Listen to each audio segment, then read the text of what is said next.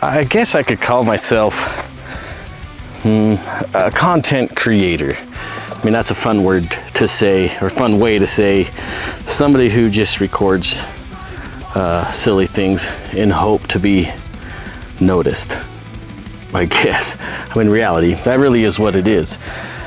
But why do we do that? Why would I do that? I mean, I feel like I have stuff to say and things to share, but I really don't know if I do. That's not true. I do have things to share. Today I have something different for you, something exciting. I just need to figure out where I'm going to set it up. It's in this box. Oh, here's a good place as any.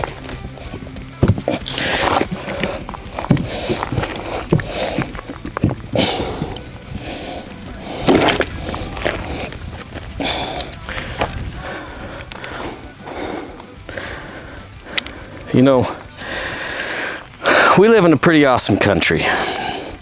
We live in a place where we can go outside and have some fun, set up some targets, and just, you know, enjoy our freedom. This is one of those days. So I want to shoot this, test this thing out, and then I want to tell you, it's just some things that have been on my mind. I think, I don't know, we'll get there in a minute. So, I just want to say thanks to the individual. Oh man, it's changed a lot down here. There's a bunch of dirt at the end of my range. That's new. It's been a while since I've been out here. I want to say thanks to the individual that brought this by to allow me to test. It's it's just an AR pistol with some accoutrement. Don't get too excited. This is a very cheap, very crappy, just a cheap optic. In fact, I want to do something different before we do this. Please hold.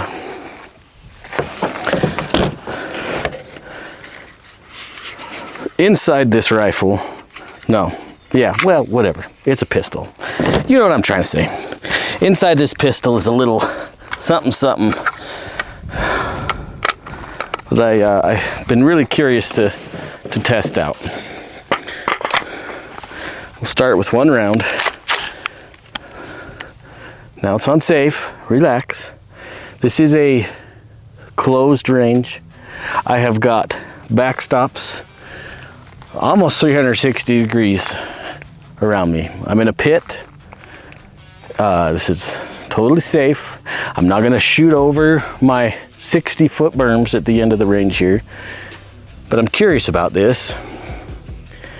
I just need test fire first. Hope I don't die. I'm not even gonna turn the optic on. Maybe I should.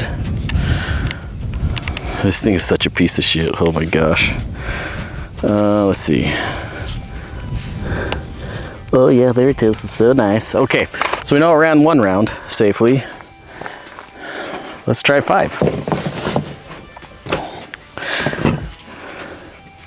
Try 5. That's what they say all the time.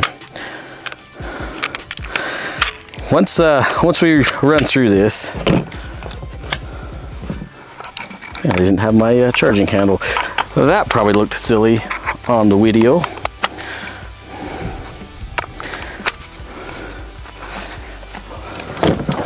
Now let's try 3 rounds. You've probably already caught on to what's different about this guy. I hear noises. This optic sucks, but yeah. Now, for the YouTube warriors out there, this is not a fully automatic rifle. This is semi-automatic. I just pulled the trigger really, really fast. All right, so don't be concerned. Don't get your little undies in an uproar. Yeah. What do you say we dump the rest of this mag down there? Then we'll talk about what's going on. I'm pretty sure I didn't hit that target. Yes, I did, left side, but, well, I'll tell you about it later. It's not just me being a crappy shooter, okay? So let's do a couple numbers.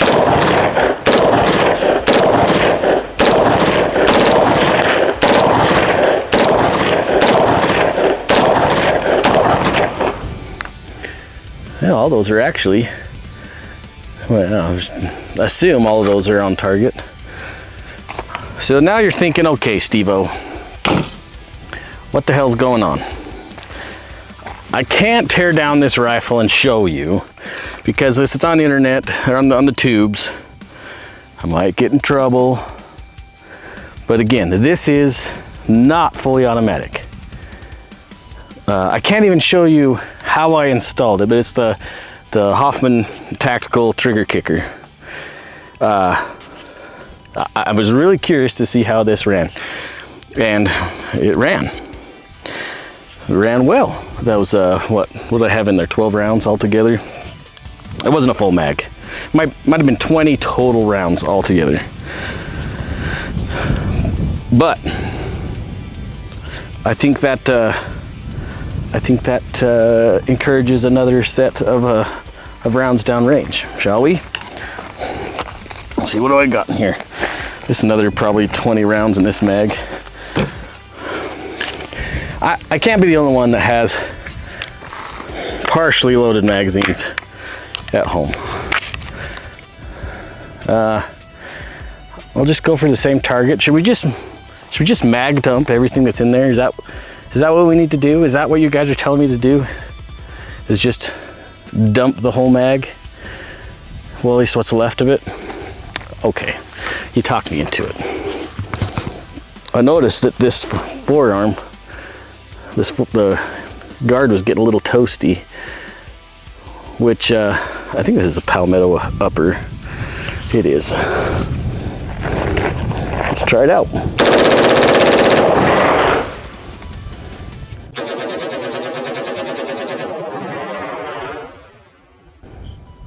Yeah, this is gonna get expensive. Locked back on that last round. Yeah, well, it works. It's fun. Yep, my wife's gonna love that. Cool beans, cool beans. Well, whoa, looks like I got some tightening up on some stuff to do. All right, let's let this pig cool down. And I just want to share a few things that was on my mind today as I was driving out here. You know, like I said, I guess I'm a content creator. I hate the term influencer because I kind of feel like that's associated to the world's oldest profession. And it seems like most of the time these influencers just share crap, right? It's an observation of the world as they see it, not as it is. I've been thinking a lot about, you guys know the allegory of the cave by Plato? You guys ever heard that? If you've taken any kind of philosophy classes, you know what I'm talking about. If you don't.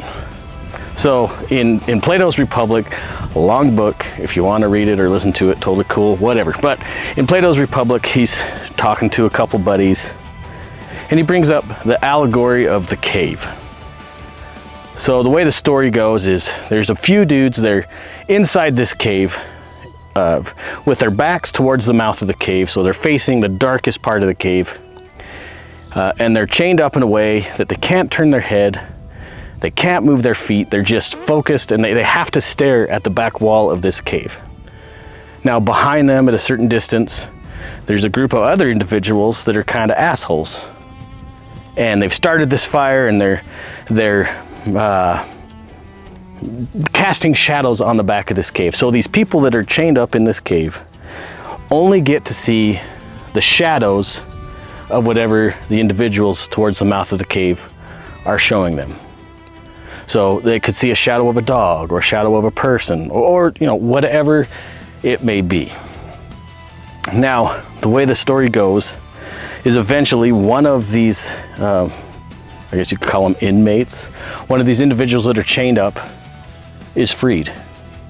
And for some reason, he doesn't really want to leave excitedly. He's compelled to leave. He has to leave.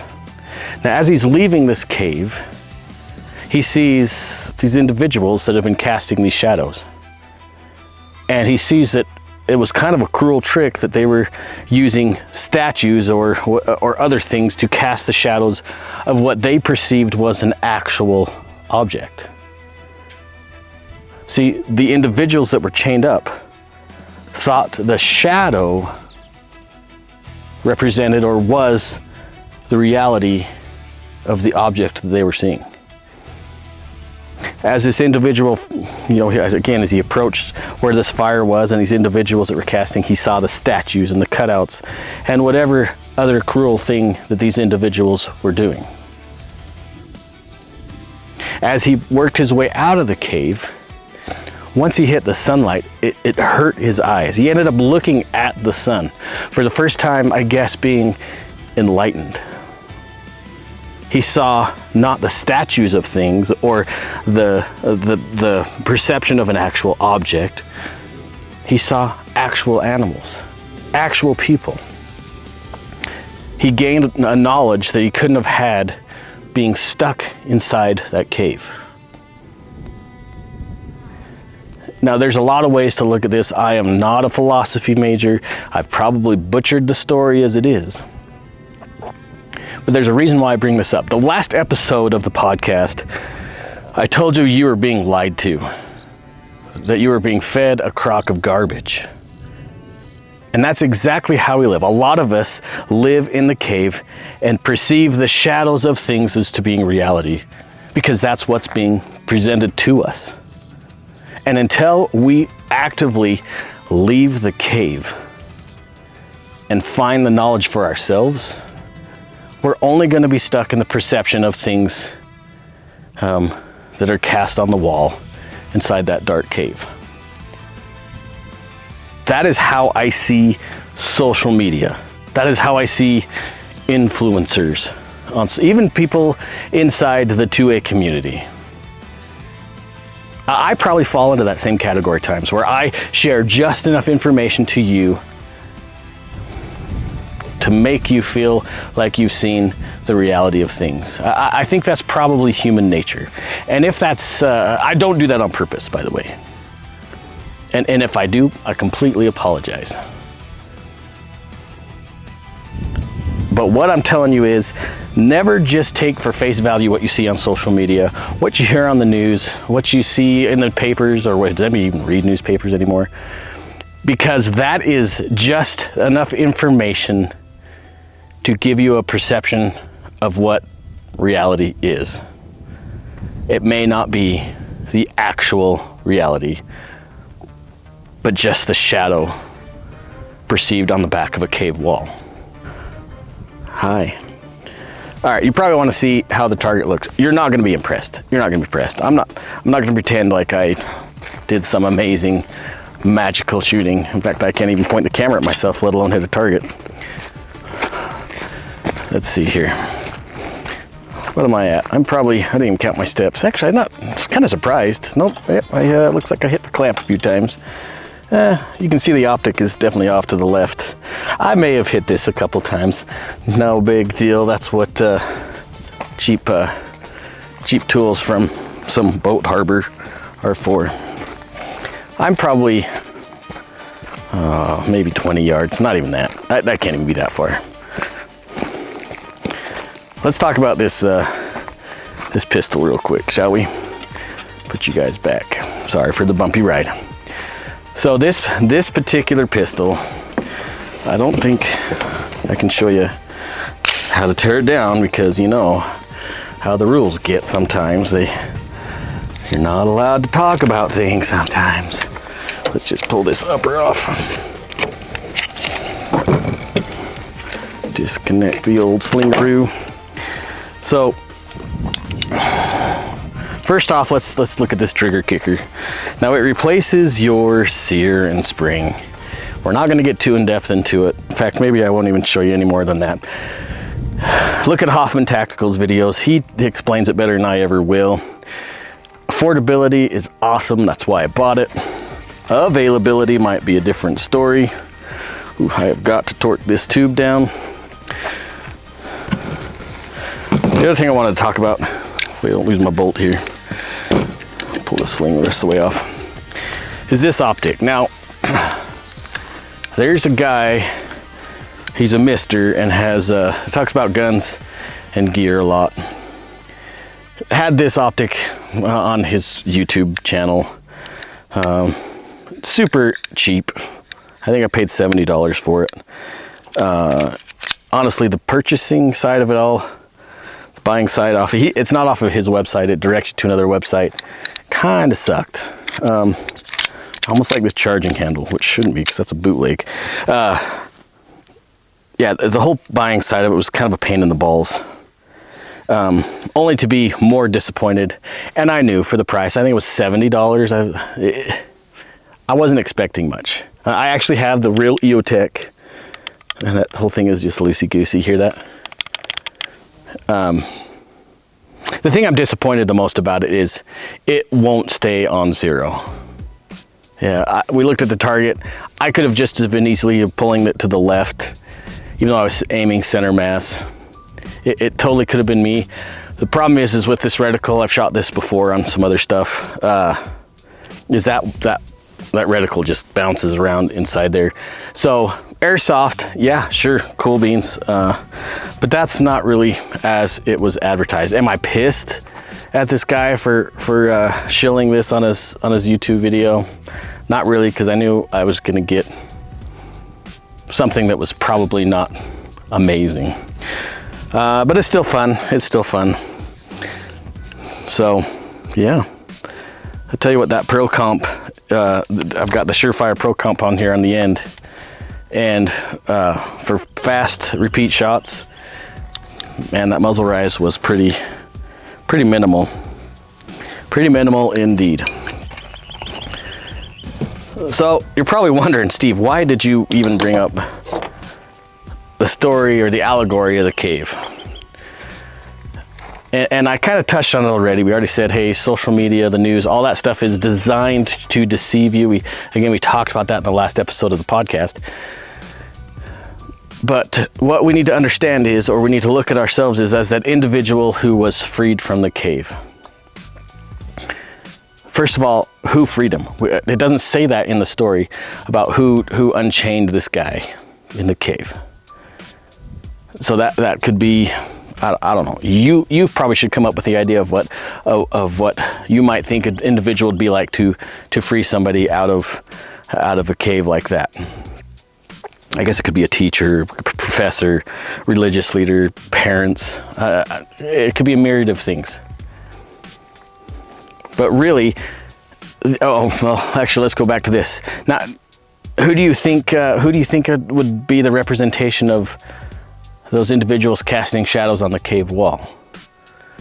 To me, that would be political leaders, social media influencers, the news, other people that are just partially informed that think they know everything. You just need to be careful what you're consuming. You need to fact check it. You need to double fact check it, and you need to come to your own resolution on things. Very rarely is the story that's being presented to you the story that's really happening. Fair enough? One last thing. Maybe we'll shoot some other rifles. I got to do some reloading here on the magazines. Is 250 years. 250 years ago, a group of brave and very intellectual men sent a breakup letter to the King of England. You see, the King of England was usurping his power in a way that was just so unfair to a people and a continent that he'd never been to people he'd never seen before, to individuals that had cast these cities in, built these cities in places that were rugged and untamed. I mean, yeah, we had Native Americans there that had already established civilizations in some way or other. Man, this thing's bouncing around all over the place. How's that? But it wasn't until we had this group of ambitious individuals that were striving for freedom, searching for a place where they could worship and work and attain things to keep for themselves and not for the crown. True independence. And these guys were not just willy-nilly, hey, I think we should try this. No. They were well-read, they studied history, and they knew about the republics of the past and what made them succeed and what made them fail. And then they drafted a constitution and gave this framework to the people in hopes that the people would stay educated and propagate this dream, this experiment of true liberty for generations. And so far we have. Now obviously, America is not perfect. I'm not going to pretend that we haven't done some things, that we don't have some skeletons in the closet. Obviously we do. I do feel like we've, as a nation, have repented for a lot of those things. But there are some other things that, we probably need to work on and resolve a little bit better. But we're not going to get into that. That doesn't matter.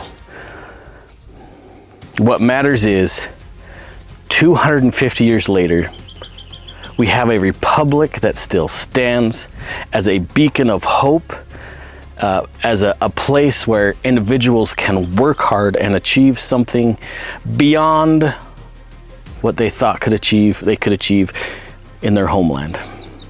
I'm a child of an immigrant. My dad came to America from Germany after World War II. He was a child, so he came with his parents, came with his family. But war-torn Berlin, I mean, you think about that. It's not hard to look up videos about what Berlin was like post World War II. There wasn't a lot of options.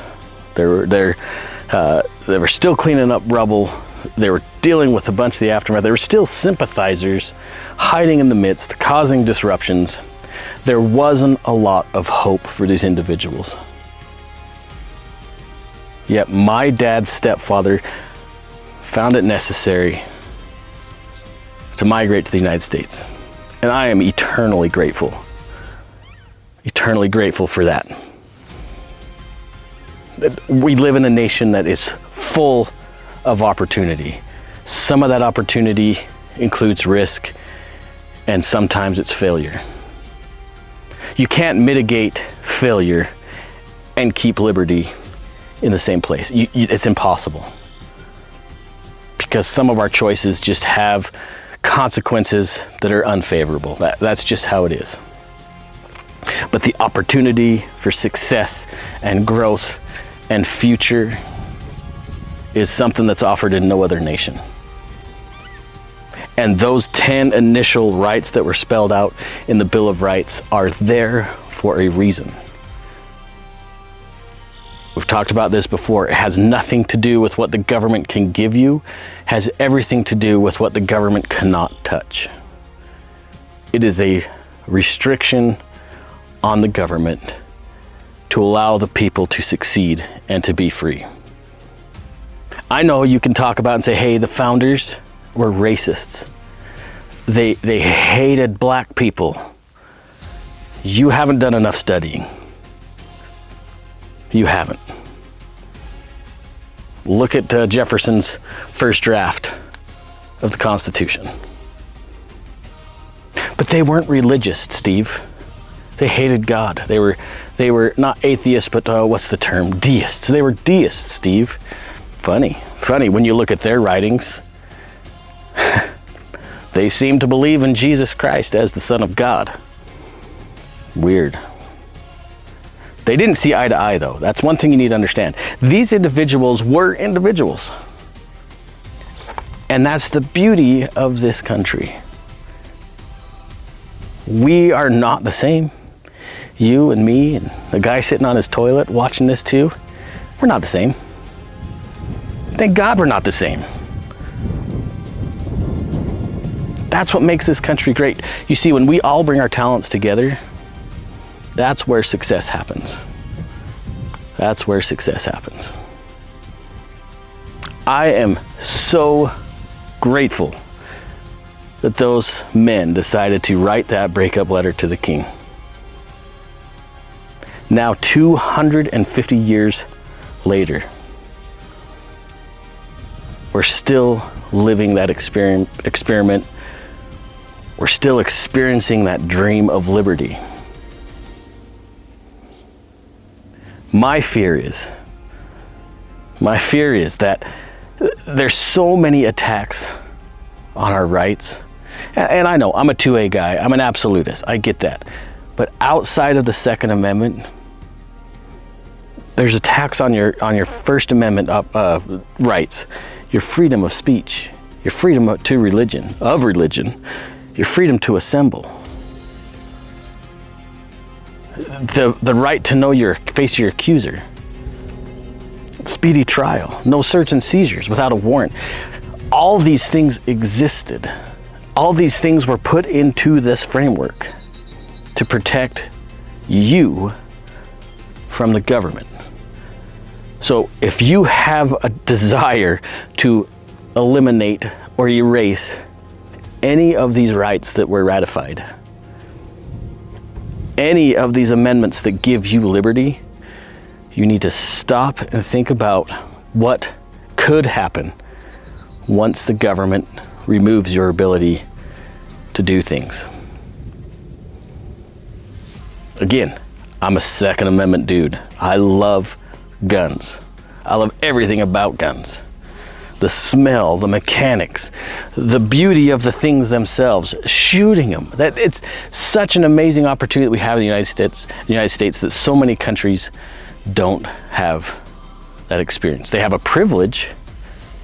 They have the privilege to go and shoot, but they don't have a right that tells the government, don't touch. And there's so many people out there now that want to just erase that Second Amendment from the Bill of Rights, not caring or maybe purposely doing it to eliminate our ability to keep the government in check. I know you think about the separations of powers just between the three branches of government, but really the biggest separation of power is your ability to keep the government in check via your Second Amendment rights. Your power to vote your elected officials out is so important, yet we look at it so flippantly. We address election day so apathetically as, oh, just a day to go make my voice heard, and then that's it. But no, you are meant to participate in the government as a citizen to keep everything in check. Otherwise, it goes awry. I mean, think about this for just a second. If you have kids in daycare, would you take those kids to a daycare where there were no adults present? That place would be destroyed, turned upside down. That is exactly what is happening if we don't keep our leadership, our elected officials. I hate the term leadership because they're not our leaders. They're our representation. We're their leaders. And it's the proverbial daycare where if we don't get involved in the governmental system, they destroy it. They run amok. We see it in many states, many cities. And if we don't do something about it, it's coming to your town. And then we're going to wonder, what the hell do we do now? I don't want this video to be preachy, but it is. Sorry, Steve, you just made this thing preachy. Here's my call to action for you. First of all, it is the freaking 4th of July. Get out, express your appreciation to the founders, your love of this great country, the greatest country on earth. I don't care what you say. If you think otherwise, super cool, that's great. But I do believe the United States of America is the greatest country on God's green earth. No other country has afforded its citizens so many liberties as the old USA.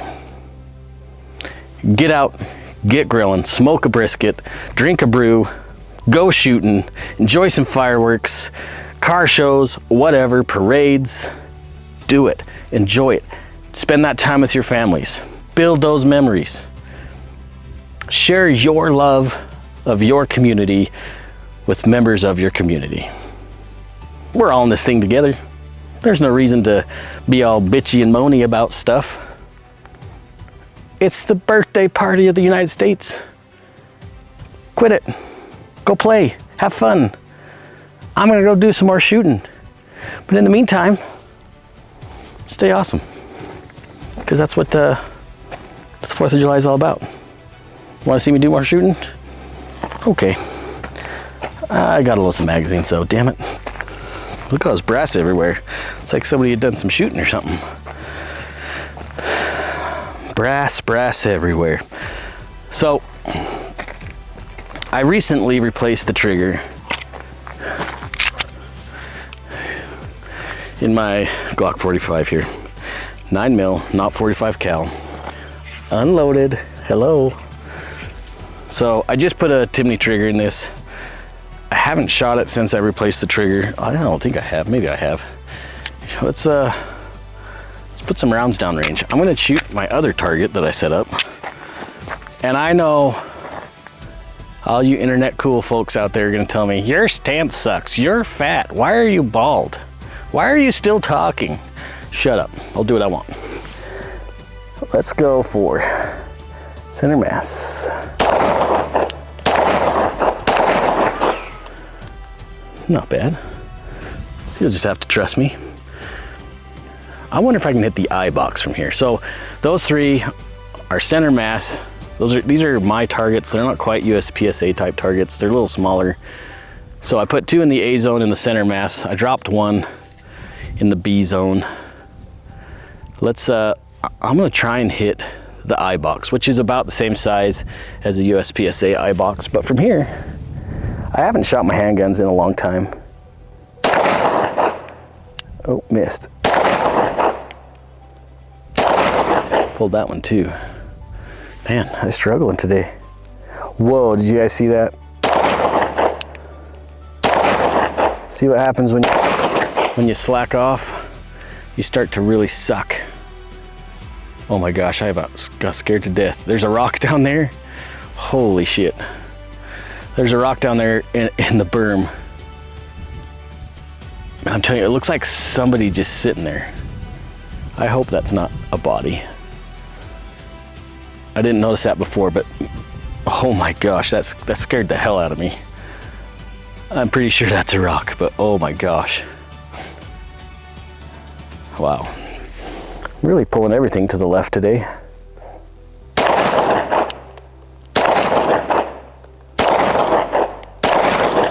Man.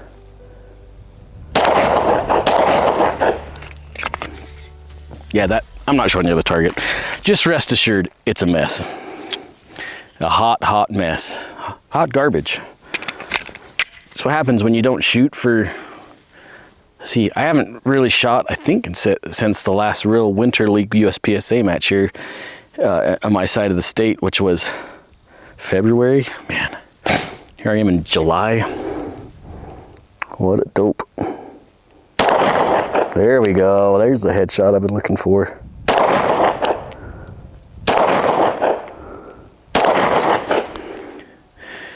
Now, some of you guys can hear when I assume, you can hear when I reset the trigger. So there's 2 things of thought here. So when I'm teaching a beginner's class, I tell people to do this. So I'm gonna do it one-handed so you can hopefully see. Can you see?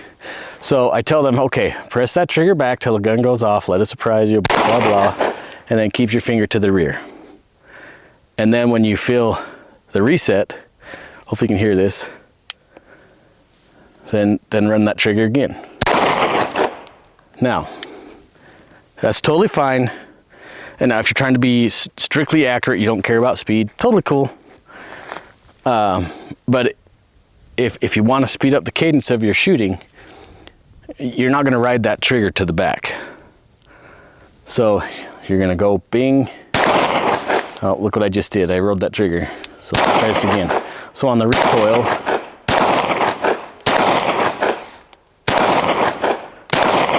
you see what I'm doing with my finger? Can you see it? Let's watch again. I won't do repeat shots. So watch this. So I'm gonna, well, watch this be the last round in the magazine. You see that? So what I did during the recoil is I reset that trigger. I'm not slapping my trigger. I'm still keeping in contact with my trigger finger. But as that recoils, that's when I'm resetting the trigger. So if you're wondering how to speed up, that's one way to take some time off your shots, off your splits. Now we really do need to reload. Reload again. Do you want to see me shoot the quick and dirty again? I don't. So I want to talk about something else real quick. So buying range gear can be daunting. It can be expensive. It can be really painful, especially if you have a budget that's tight like mine, and not in a good way. So this is my race setup for like when I'm shooting USPSA. Do you need an IFAK when you shoot USPSA? No. I just choose to put it on there just in case. And we've talked about IFAKs before. Get a good quality IFAK, especially on your range belt. Of course, I'm just gonna call myself a hypocrite here in just a second, but get a good quality IFAK that's got some tourniquets, got some things to take care of wounds that we don't want to ever deal with, okay? Now here's something else. I want to show you these mag carriers. You're going to see that, hey, they're not all the same color, Steve. They're kind of ugly. See that? It's because I 3D printed them. Now, you can buy mag carriers like this that I think they're not terribly expensive, but they're not as cheap as 3D printing. I promise you that. I'm probably into these, including my 2 AR mag pouches here. I don't know, $6 and some time, maybe a little bit more than that. So you can, if you have access to a printer, you can get some pretty cool stuff. Now, would I do that with a holster? Probably not. Are there 3D printable holsters out there? Yeah, I've never messed with them. I have no desire to, but there might be some good ones out there. I don't know. I think a holster, something that's retaining an important tool like a firearm, I'm probably not going to 3D print that. Could you do it out of carbon fiber, glass fiber, nylon? Sure, whatever, if you want. I don't want to. This one is a Safari Land. I've had this holster for quite a while. In fact, originally I'd taken the thumb safety retention thing off, right? So I can't remember what this is called. Don't judge me. That's just a level of retention, so you use your thumb to draw your firearm out of your holster. Great holster. I like Safari Land stuff. They're not cheap, but I also don't want my holsters to be cheap. Again, that's why I don't 3D print them. Magazine pouches, different story. Now my belt here, this is, I can't remember. I think this is a Condor. I don't remember. Let me see. Oh no, that's a Zero Foxtrot belt. I have a few of these because I thought I was skinnier than I was, and so I bought the wrong size first, and I had to buy another one. Cool beans. So I have 2 of these. One large, one medium. Because again, I thought I was skinnier than I was. Good belt. Are there more expensive belts out there? Yeah, I think this one was $60, $70, which is really not that expensive for what it is. Is it the best quality? I don't know. Does it do the job? Yes, absolutely, absolutely. I've shot 2 years worth of competitions on this belt, and I've never had any issues, except for the mag pouches were printed last year. That last year was the first year I shot with those. So cool idea, affordable. IFAKs, they're not gonna be all that cheap. You're gonna be, for a good one, a quality one, you're gonna be probably $175, if not more. Just trust me though, trust me, it's cheaper than a hospital bill or a funeral. So it's worth it. Now, I said the IFAKs are crucial. This is my other belt that I just set up. So I'm gonna unload my gun, just so you know. there's that. All right, so it's clear, right? You can hopefully see through it. Actually, let's keep that locked back. So this belt, same thing, 0 Foxtrot belt. I bought the right size on this particular belt because I learned from my experiences. Same thing, I 3D printed my mag pouches, put them a little bit closer together. I did set this one up also as an additional race setup because I have a 34 and I wanted to have something for my 17, which is that holster, and my 34. This, I can't remember what holster this is. I bought it off of eBay, if I remember right. I want to say Black Diamond, but I don't think that's actually a brand. Whatever. It was like 80 bucks, I think. So you can see it's not cheap, but it's definitely a more affordable way to go. I haven't run this particular setup in a match. I did some stuff to my 34. I put I dressed up the trigger in the 34 and I don't like it. So I should have brought that actually to shoot instead of my 45. So I'm just gonna run some quick holster drills. I'm not gonna use my shot timer. I'm just gonna, I tell you, that rock, it seriously looks like somebody, I don't know if you can see it. You won't be able to see it, but it looks like somebody is like sitting on their butt on the berm with their knees tucked up and like their head down on their, it is so freaky. Do I go look at it? I'm pretty sure it's just a couple of rocks stacked up, but my gosh, it's still messing with me. What did I do with my, where did I put that other mag? It's right here. Hence the purpose for a mag pouch. So we're gonna run just some one-shot holster drills. It's been a while. I'm not concerned about speed at the moment. I'm just worried about the motions, getting used to it, getting back onto it. Man. And why I let go so early, I don't know on that. Because you really need to get your sight picture. You want one more sight picture than a trigger press, if that makes any sense. So I'm just gonna come up super slow, boom, back on target, and you see I didn't reset it. And I jerked the trigger like a noob. And because it's been so long, I think I'm faster than I really am. I'm just so unpolished. It's a nightmare. How do you get past, or how do you keep that from happening, is you dry fire every day, which I haven't been dry firing either. My mind's been in so many other places that I haven't been worried about dry firing, which is wrong. I mean, if I think I'm going to be fast, then I should be. Oh, there is a fly on the target. Big old bug. I think he's right about there. Nope. Oh, so close to that thing. Come on, you little bugger.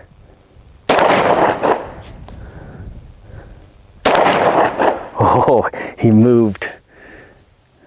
I must have hit just close to him. One day you're gonna have to answer for that bug. Probably. With my 17 that I'm just so used to, I could probably hit that bug from here. Oh, man, I'm shaky.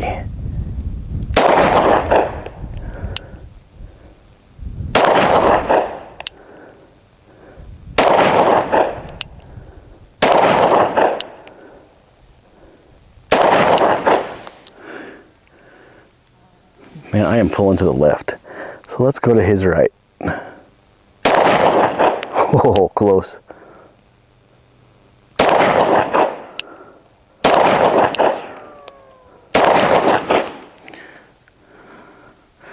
Man, so anyway, here I said I'm gonna work on holster stuff and I'm screwing around, which is the total fun thing to do when you're at the range. It's okay just to get some trigger presses out and have fun and get your head sunburnt from the sun because you didn't put your hat on, which you brought in your truck. It looks really good sitting on the console though.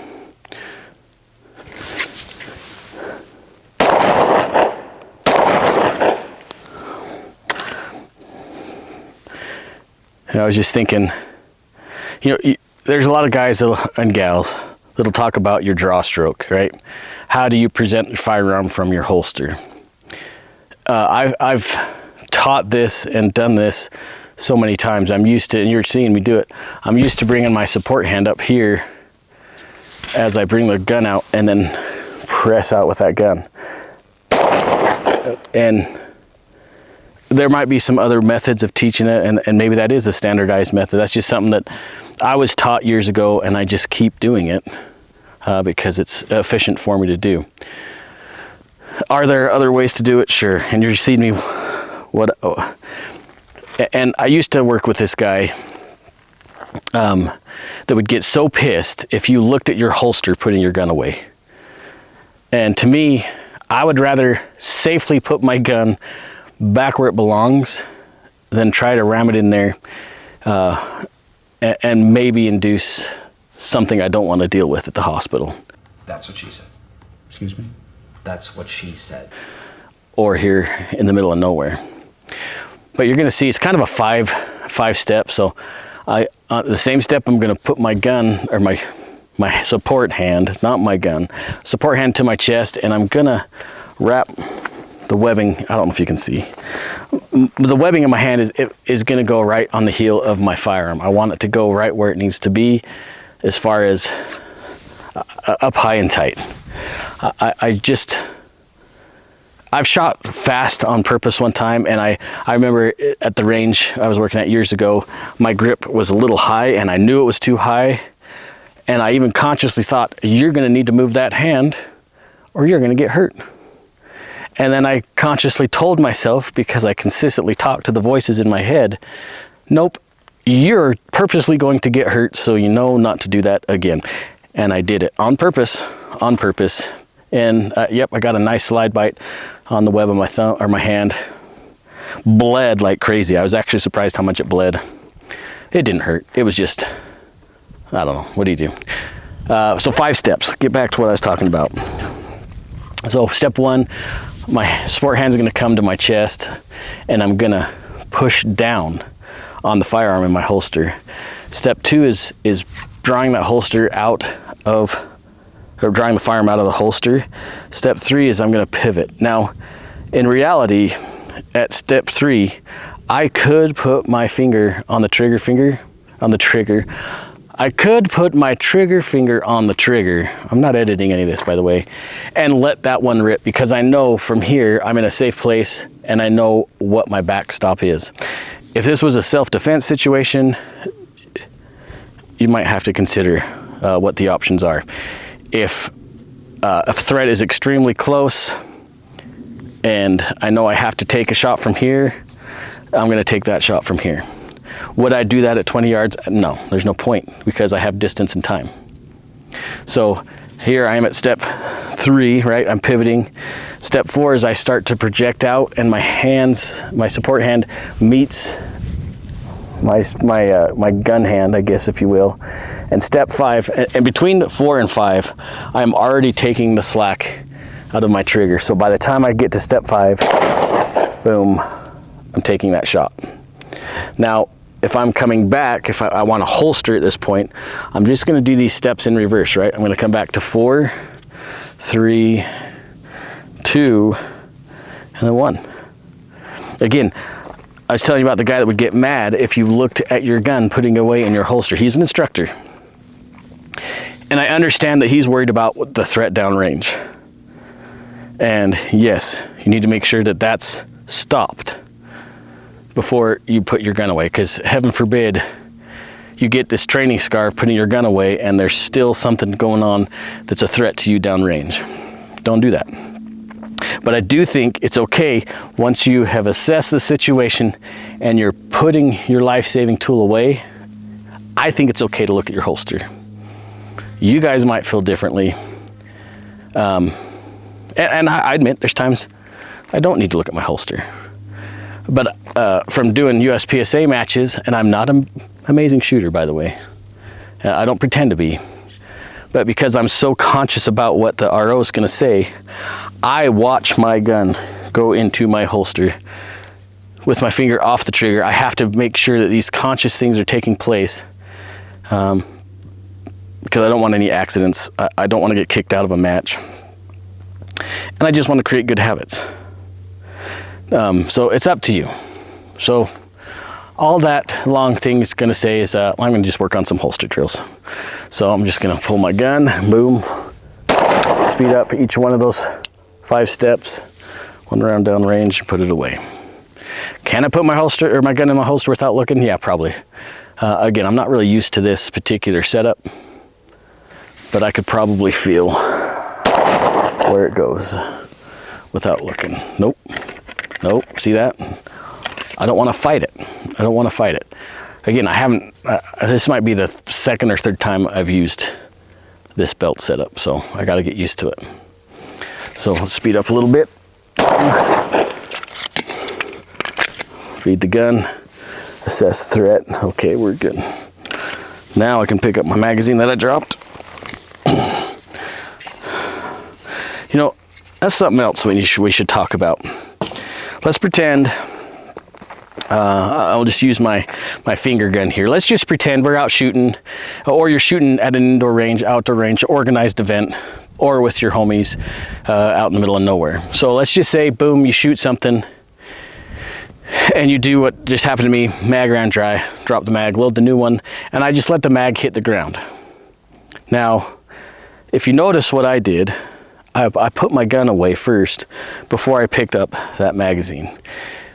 Is this a deal breaker? No, not necessarily, but what I want you to pay attention to is if you leave that firearm in your hand and you go down to pick it up, chances are that muzzle's going to drop to the ground, or what I have actually seen, somebody bends over and that muzzle goes straight back behind them, pointing at their friends, obviously in the wrong direction.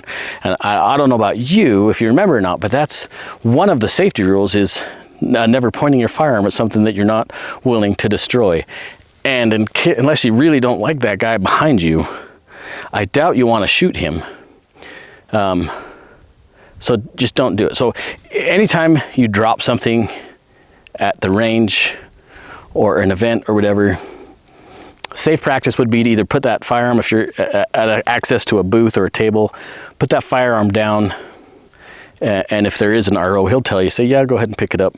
Or if you're just hanging out with your homies, put the gun down, and then you can, or finish your string of shooting and then pick it up. But you don't want to just keep that gun in your hand. There's a term, sympathetic reflex. I don't know if you guys have heard that or not. Sometimes if we're squeezing one hand, we also squeeze the other hand. And you can see how that could be dangerous if we're flinching or something, grabbing something, and we're not paying attention to where our trigger finger is. It could be detrimental. It could be a really bad day. So these are just my little range thoughts. Happy little thoughts. Dude, I'm not kidding you. That rock is throwing me off. Shut up, bitch! I want to leave one loaded mag in this this setup. Shall we shoot the AR? Shall we shoot this other rifle? You're gonna see that I'm the king of cheap. This is not a D-ball.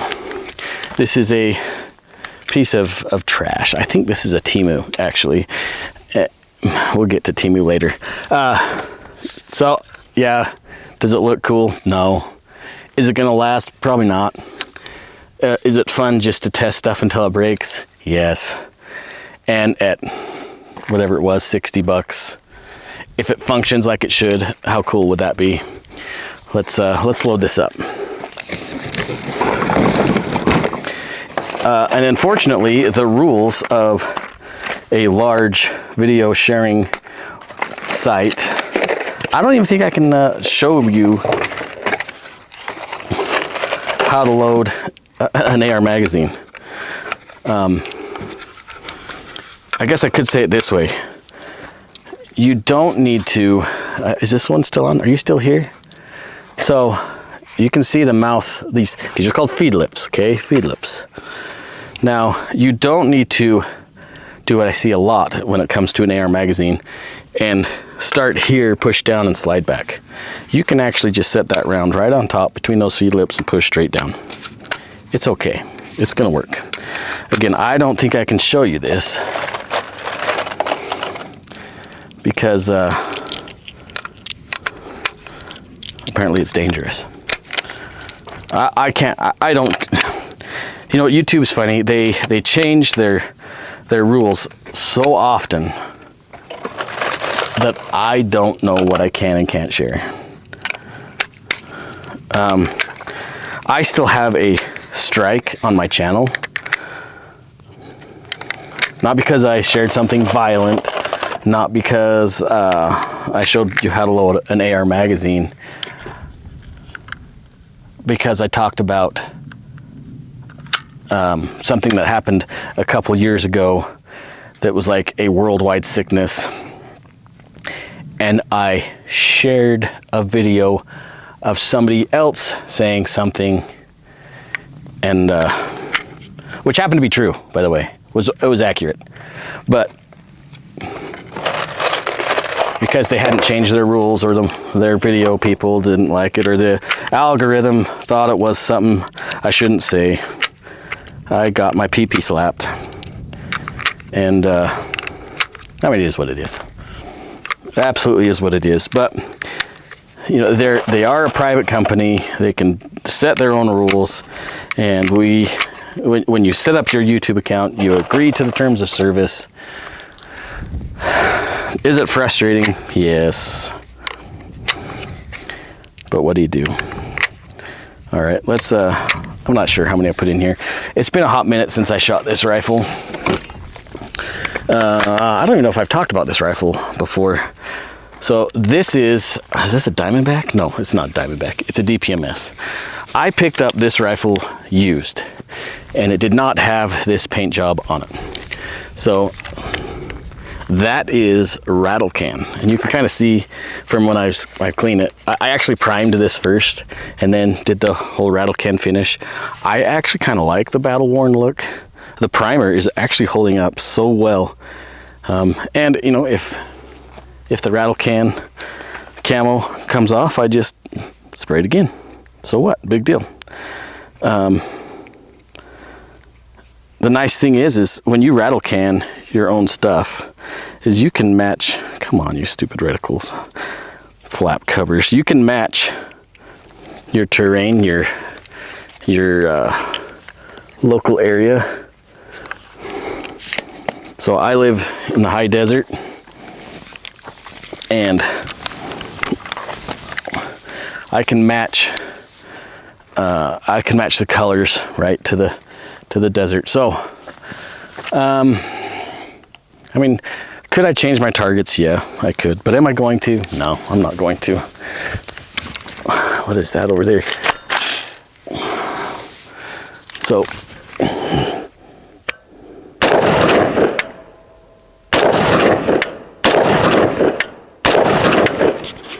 still trying to hit that fly. I think it's a fly.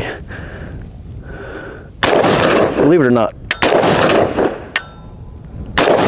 it is still on the target downrange here. I wonder if my laser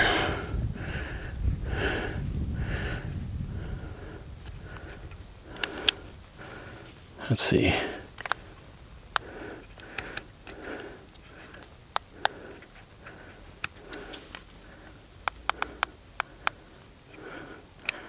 I don't even know what button does what. I thought.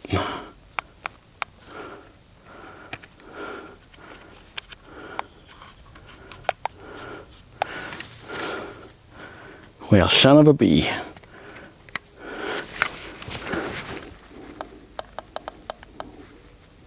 Oh well, what do you do?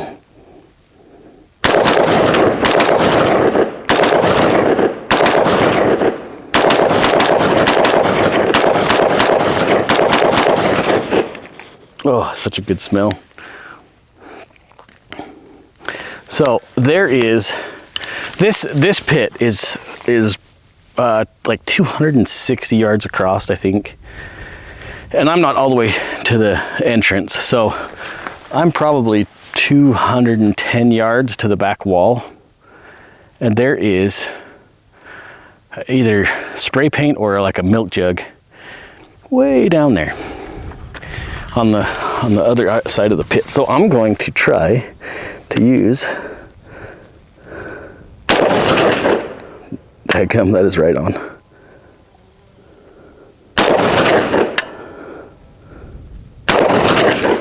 Empty. So it's nice to see that Spark AR is still on 0. I actually really do like this little optic. It's pretty awesome. That's pretty neat. That's pretty neat. Hold down for 5 seconds, turn it off. You're gonna be like, Steve, you only shot whatever amount of shots out of that. Yeah, I just want to make sure it's still dialed in. And I'm probably gonna go. Like I said, it's the festivities for this time of year start this afternoon. My wife and kids want to go on a hike, which I'm not really excited about, but whatever, we'll do it. I'm gonna clean up my mess. Unless you want me to shoot some more. I mean, a bad day shooting is better than a good day at work. I'm gonna load up some mags because I hate leaving empty mags, just in case. I'm a worrywart. Do you think I can hit that same thing with my 9mm Glock way down there? Is this a responsible shot? Yep. All right, I'm pretty sure I'm gonna be way to the left. Just judging how I've been shooting today. No, actually. I'm just actually, dude, that was like, I'm surprised.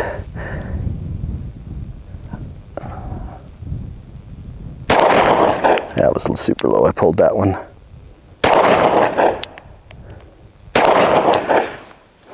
Last thing, I'm gonna end up finishing this on that stupid paint job target thing down there, and maybe go look at that rock because it's still throwing me off. Do I shoot with both eyes open or do I shoot with one eye open? And that is something I get asked a lot, actually, surprisingly a lot. My answer is yes. Yes, I do. So depending on what I'm doing, I'm either closing my weak eye or I'm keeping both eyes open. How do I justify when I do either or? So if I am in a match and I'm looking at targets and I'm shooting fast, I keep both eyes open. Honestly, I don't hardly even see my sights when I'm shooting a match. If that makes no sense to you, I'm sorry. If you've shot a match, you understand what I'm saying. I see my sights, but I don't really look at my sights. Everything is at a close enough distance. I don't have to really get a good solid sight picture because I know how my gun feels and I know how to make a quick reference to create a sight picture. If I'm cutting cards or shooting at a knife blade, that's called foreshadowing, by the way, I close my weak eye. I put all my energy really concentrating on my sight alignment, my sight picture, and then a clear front sight focus. Because I'm trying to be as accurate as possible. In a defensive situation, you're not gonna close both eyes. You're just not. I don't think your body would allow you to close both eyes, one eye. Don't close both eyes. Maybe you would close both eyes. But I think in a defensive situation, you're probably not gonna close your weak eye. You're gonna either keep both eyes open or shut them in fear. So work with keeping both eyes open the best that you can. How do you get a clear sight picture? The first thing you have to do is understand which what eye dominance you have, whether it's your left or your right eye. It is not uncommon if you are left eye dominant and right-handed. Some people think, well, I'm right-handed, so I'm right eye dominant, or I'm left-handed, so I'm left eye dominant. That's not how it works. That is not how it works. So to define your eye dominance, the way I would teach people is both eyes open. You're going to extend your hands way out there, and you're going to focus on something small. So in this case, I'm going to look at my target clamp that I shot too many times and is falling off of my target. I'm going to put both eyes open, hands out in front of me, and I'm going to make a nice small opening through my hands. There's other ways to do this. This is the simplest way I can describe it to you. So small opening, I'm just going to focus on that, and I'm going to bring my hands together, and then I can still see that object, in this case my clamp, and I'm just going to bring that to me. Oh, look at that. Boom, my right eye. If you focus on that small object small, and you make that opening in your hand small, and you just slowly bring your hands towards your face, it's going to go towards your dominant eye. If you're left eye dominant and right-handed, some people really struggle with this philosophy. I'm not sure why. Just move the gun over to your left eye. Like, boom, that's it. If you're shooting rifles, I get it. That can be a little bit more of a struggle, especially scoped rifles. Some people tend to lean their face over the rifle in hopes to look through their dominant eye. You're just going to have to either get a left-handed rifle or shoot left-handed, which kind of sucks on the AR type platform. It's not that bad. Or you really work on looking through the right eye if you're right-handed, or the left eye if you have a left-handed rifle. It is a struggle for some folks. I have seen the whole eye dominance thing be a deal breaker for people when they're shooting handguns, when it doesn't have to be. It really doesn't have to be. Just focus on your sights. If you're left eye dominant and you're right-handed, just bring that gun over to the left side of your face and shoot. Or if you're left-handed and right eye dominant, it's okay. It is not rocket surgery. You can get it figured out. And then you're not having a crummy day at the range. So I'm going to try and shoot that target way down yonder a couple more times. Make sure it's not moving. That'd be terrible, wouldn't it? I think I need to be right about there. Oh, I was to the right. Whoa, way to the left. I wonder, can you see that down there? Can you see it? I don't know if you can see it. Let's see. Look through my watch here. I'm using my watch. That's the one thing about Apple products. Like them, hate them, whatever. I can use my watch to see what I'm looking at when I'm recording a video on my phone. I'm doing my fancy camera and my phone at the same time. So I don't know if you can see that. My watch doesn't seem to be working. Let's go about there. Bing. Dude, my windage was perfect, but elevation was high. That was just to the left of it. That was so close. That was right on it. Low. I don't know. That one I jerked like a crazy person. And that last shot was low. Okay, kiddos. That's it. Thanks for coming to my TED Talk. If you like this type of content, where I just hang out at the range and talk and shoot, like, share, comment, blah, whatever else. If you want to hear more serious or see a more serious side of the content, where I'm in the studio and just chit-chatting, sharing, pouring my little heart out, you can subscribe to the podcast as well. I'm going to throw this video on the podcast YouTube channel anyways, because we talked about some things and had a good time. A couple things I just need you to remember. I need you to stay free. Then I need you to stay safe. And then, as always, stay range-minded. Stay range-minded. Okay? All right, I gotta clean up my mess. My wife's gonna be pissed.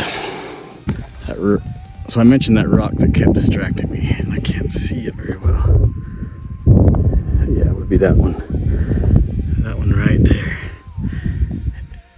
I know it's nothing, but I'm telling you from back here, it looks like somebody just hunched over there, sitting in the dirt pile. It freaked me out.